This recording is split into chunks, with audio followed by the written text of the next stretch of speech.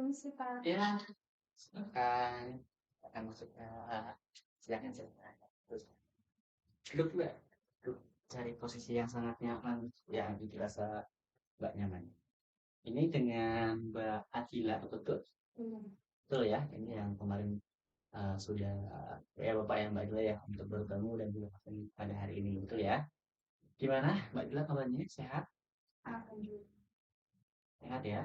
Apa nih Mbak yang kira-kira sedang dilakukan saat ini?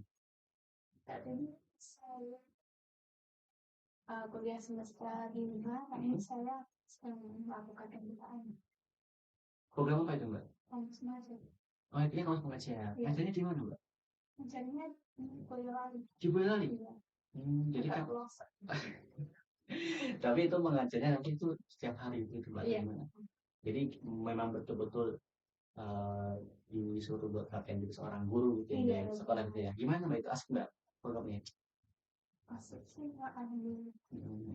Baik. Baik ya Mbak Dila ya.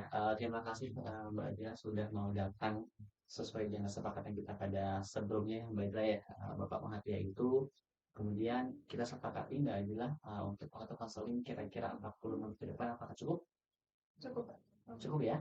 Baik, kemudian juga dalam konseling ini Bapak sebagai seorang konselor perannya, kemudian Mbak Dila sebagai seorang konseli di mana nanti Bapak mengharapkan sebuah kemandirian dari seorang konselor atau Mbak Dila untuk mengambil sebuah keputusan. Kayak gitu ya mereka karena di sini tugas Bapak hanya mengarahkan dan membantu Mbak Dila untuk mengambil keputusan. End, pada endingnya nanti yang membuat sebuah keputusan tetap Mbak. Gitu ya Mbak ya. Sudah bisa dipahami ya Mbak Dila ya. Kemudian selama konseling nanti Bapak membebaskan Mbak untuk berekspresi, emosi, marah, sedih, kecewa apapun itu, tapi yang batas. Tidak boleh membanting meja, tidak boleh membalikan kursi, tidak boleh memukul laptop, apalagi memukul Bapak. Tidak boleh ya Mbak ya. Bisa dipahami ya Mbak ya. Oke, kemudian dalam konseling ini juga ada yang namanya asesmen. Jadi yang pertama itu ada yang namanya keterbukaan, di mana Bapak harap nanti Mbak Adela bisa menceritakan Bapak seluas-luasnya seberapa mungkin, tidak ada yang ditutup-tutupin, agar nantinya Bapak juga bisa mengarahkan diri Mbak Adela dan juga mengambil keputusan sesuai dengan yang Mbak Adela inginkan atau harapkan tercapai, kayak gitu ya Mbak Adela. Kemudian yang kedua ada yang namanya asas kesukarelaan, di mana Mbak Adela kan datang ke sini sendiri, janjian dengan Bapak sendiri, tidak ada paksaan kan dari Bapak, kayak gitu. Yang ketiga adalah kerahasiaan. Ini yang paling penting Mbak Adela, karena pasti Mbak Adela nggak pengen kan masalahnya terdengar oleh orang lain. Nah, di situ ada yang namanya kerahasiaan, di mana Bapak harus menjaga rahasia apapun nantinya yang Mbak Adela ucapkan, dan sebaliknya juga Mbak Adela rahasiakan apa yang Bapak sarankan kepada Mbak Adela. Saya dimengerti? Ada pertanyaan sebelumnya? Itu aja ya. Oke, Mbak Adela. Eh, Sebelumnya Bapak mau mengucapkan terima kasih kepada Mbak Adela karena hadirnya Mbak Adela di sini. Sangat Bapak apresiasi ya Mbak Adela ya. Eh, aku udah nggak tahu deh.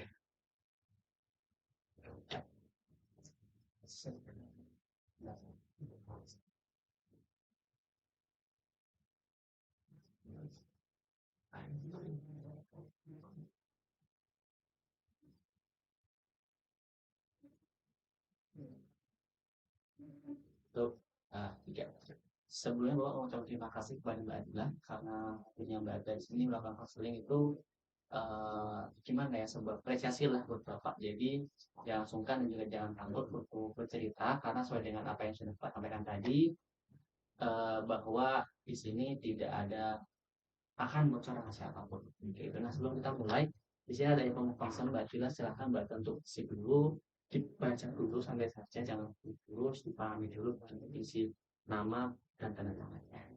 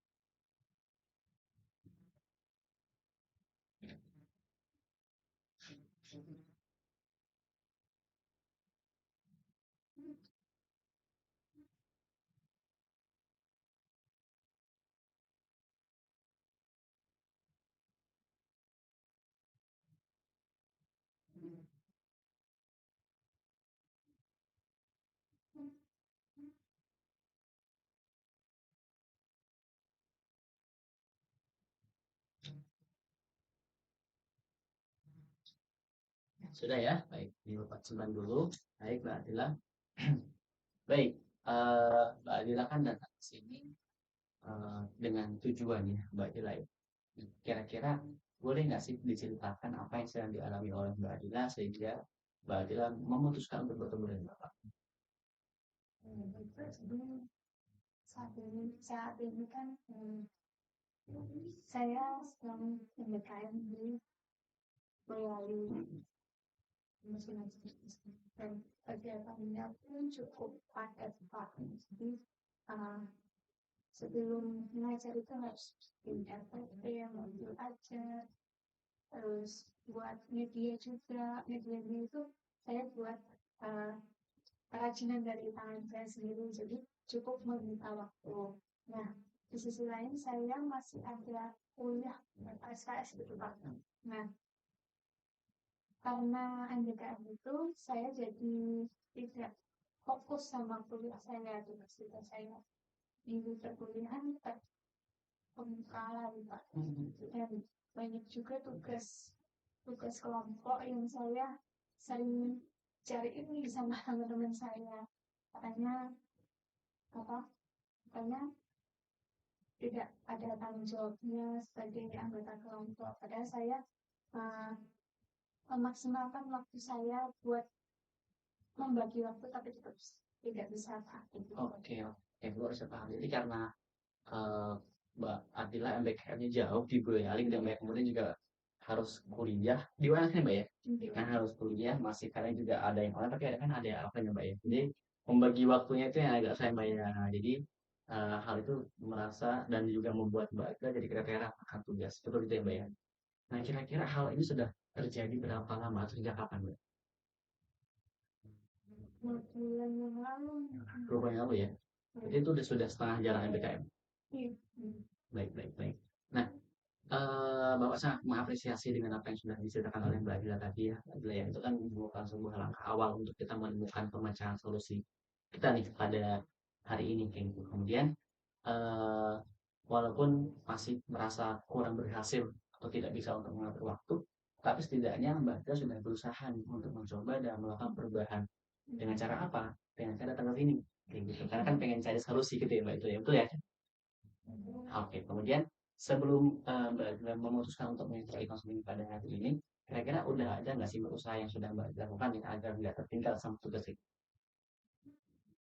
Usaha sudah pasti ada, tapi tidak aja tetap tidak bisa gitu Pak. Usaha-usaha saya mendahulukan apa namanya tugas-tugas kuliah dulu daripada tugas MBKM, tapi tugas MBKM itu sangat padat, sangat-sangat padat. Jadi uh, tetap aja tetap aja dikejar tugas dari MBKM daripada apa tugas kuliah. Jadi tugas kuliah nanti dulu. Oke, itu kan tadi sudah tertekan gitu ya Mbak ya. Jadi tertekan dari MBKM, kemudian juga tertekan dari kuliahnya gitu. Jadi masih agak sulit gitu untuk melakukan solusi ataupun melakukan hal apa ini buat ngatasin keduanya gitu ya. Nah ini kan Mbak Ida masih agak kesulitan nih. Nah ini Bapak punya sebuah lembar. Nanti coba Mbak Ida teruskan. Kira-kira apa sih yang akan Mbak Ida lakukan ke depannya untuk menyelesaikan permasalahan yang sedang Mbak Adila alami saat ini. Silahkan. Terus. Sampai saya sebentar.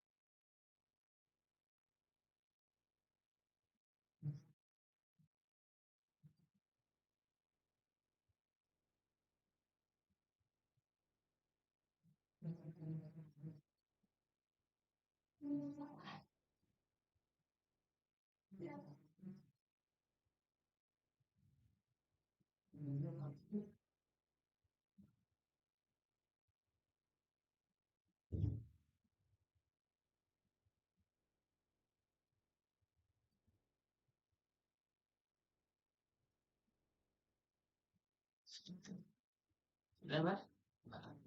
Coba dulu ya. Jadi kan di sini Mbak Adila sudah eh, menuliskan nih beberapa upaya yang ingin Mbak Adila lakukan ke depannya supaya permasalahan yang Mbak Adila rasakan ini bisa selesai gitu ya. Baik-baik. Bagus Bapak sudah membaca dan juga bisa membaca lah arahnya kemana gitu ya Mbak Adila. Jadi memang sudah ada niat untuk berubah, kemudian juga sudah ada niat untuk memperbaiki diri lebih baik lah. Itu sebuah langkah yang sangat bagus. Oke. Sekarang coba Mbak Adila bayangkan pada suatu hari ketika Mbak Adila kuliah terjadi sebuah keajaiban. Mbak Adila terbebas dari sebuah tugas, Mbak Adila terbebas dari semua tugas pokoknya. Tugas itu nggak ada gitu dalam Mbak Adila. Kemudian dalam hal itu tugas yang diberikan oleh Mbak Adila itu sudah terselesaikan semuanya, semua selesai. Kemudian Mbak Adila tidak perlu merasakan tekan dan bisa menikmati momen perkuliahan Mbak Adila dengan tenang. Nah, kamu juga mendapatkan dukungan dan dorongan dari orang tersayang. Kira-kira apa yang harus terjadi saat itu? Gimana? Coba deskripsi. Karena akhir-akhir ini saya tertekan, saya pusing karena tidak bisa fokus sama satu hal yang bikin saya bingung juga. Jadi tugas dari tugas-tugas entah itu UTKM atau tugas kuliah bebas. Oke, kira-kira apa yang bakal berubah dari yang tadinya Mbak Adia tertekan dengan tugas, kemudian terbebas nih dari hal. Kira-kira apa yang bakal berubah di Mbak Adia? Kerja sih. Lebih lega ya, jadi ya tadinya kayak ditekan, was-was, misalnya udah gitu ya Mbak, pulang gitu ya Mbak ya. Oke. Nah kira-kira apakah Mbak Adia yakin dengan ada keajaiban itu? Mungkin Bisa aja tidak tiba-tiba bebas gitu semuanya. Oke, Mbak Adila. Di sini ada lembar di mana yang namanya lembar itu adalah di mana aktif. Nah ini lembarnya adalah di mana aktif. Coba Mbak Adila posisikan kira-kira posisi Mbak Adila di angka berapa dalam permasalahan ini. Gitu ya Mbak Adila ya. Jadi semakin besar berarti Mbak Adila semakin tertekan, semakin kecil berarti Mbak Adila semakin biasa aja sampai. Nah, gitu. Coba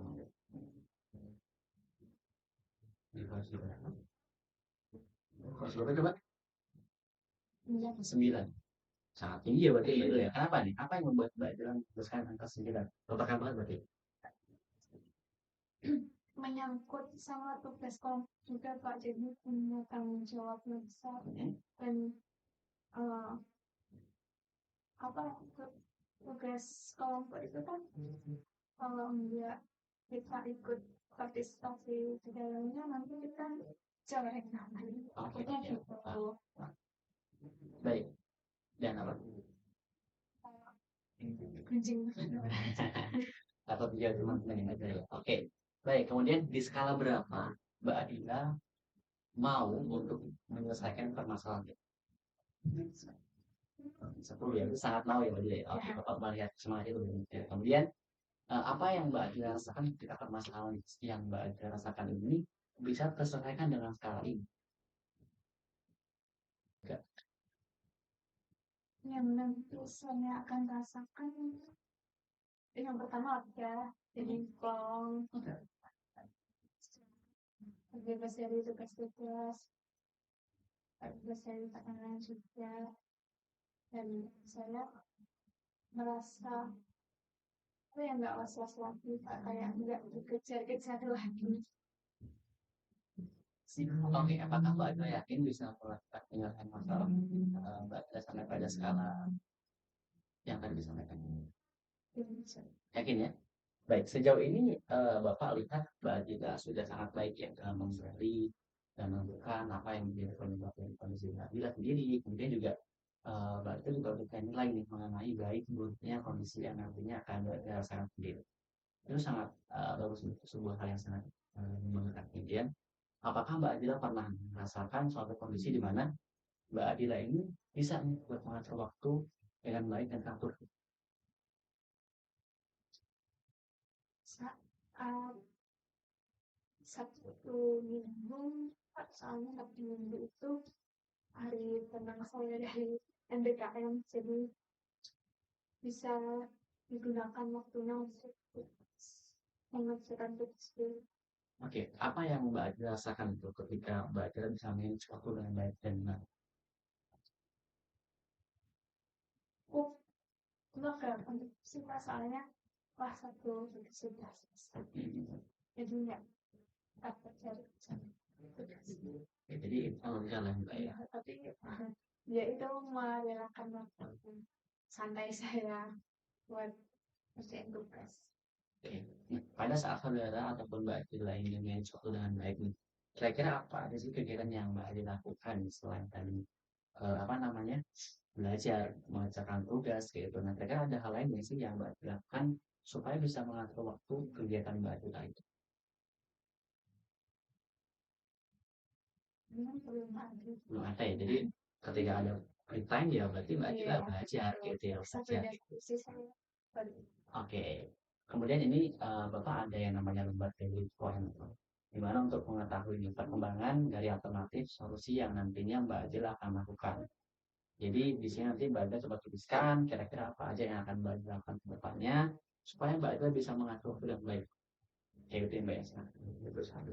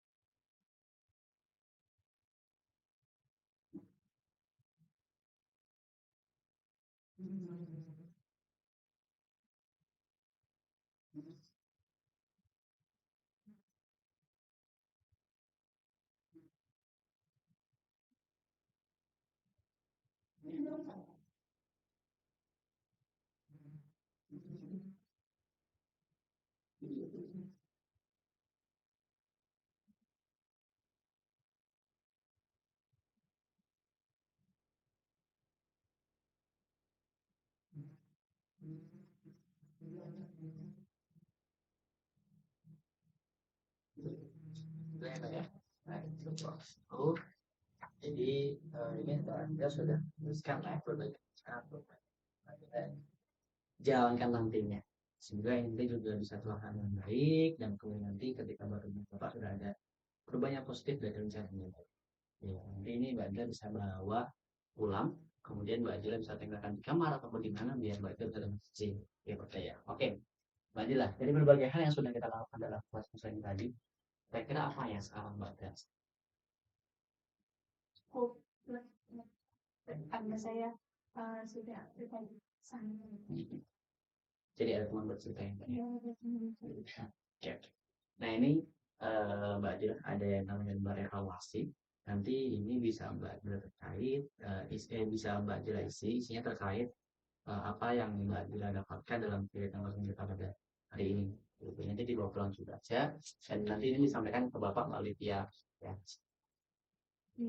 Terus Iya, di luar sana. Baik. Nah, Mbak Adila, kita ini sudah sampai di akhir dari konseling. Sesuai dengan apa yang sudah kita lakukan bersama tadi, hari ini membantu Mbak Adila dalam menentukan alternatif solusi apa yang akan Mbak Adila lakukan untuk mengatasi permasalahan yang saat ini sedang berbahas.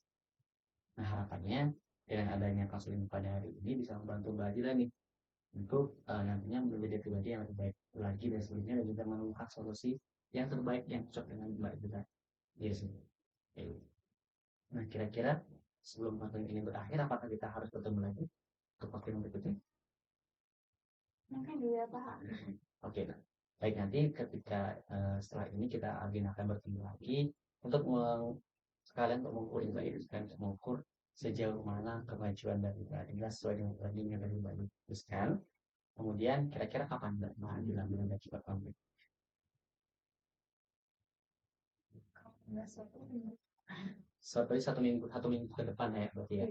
Oke, mungkin kita bertemu 1 minggu lagi ke depan di ruang yang sama, di jam yang sama kita lakukan. Baik, kita bertemu lagi 1 minggu ke depan di jam yang sama. Bapak harap sudah ada kemajuan dari Mbak Adila ya. Kemudian sejauh ini kira-kira apa yang sudah Mbak Adila lakukan, tetap sorry.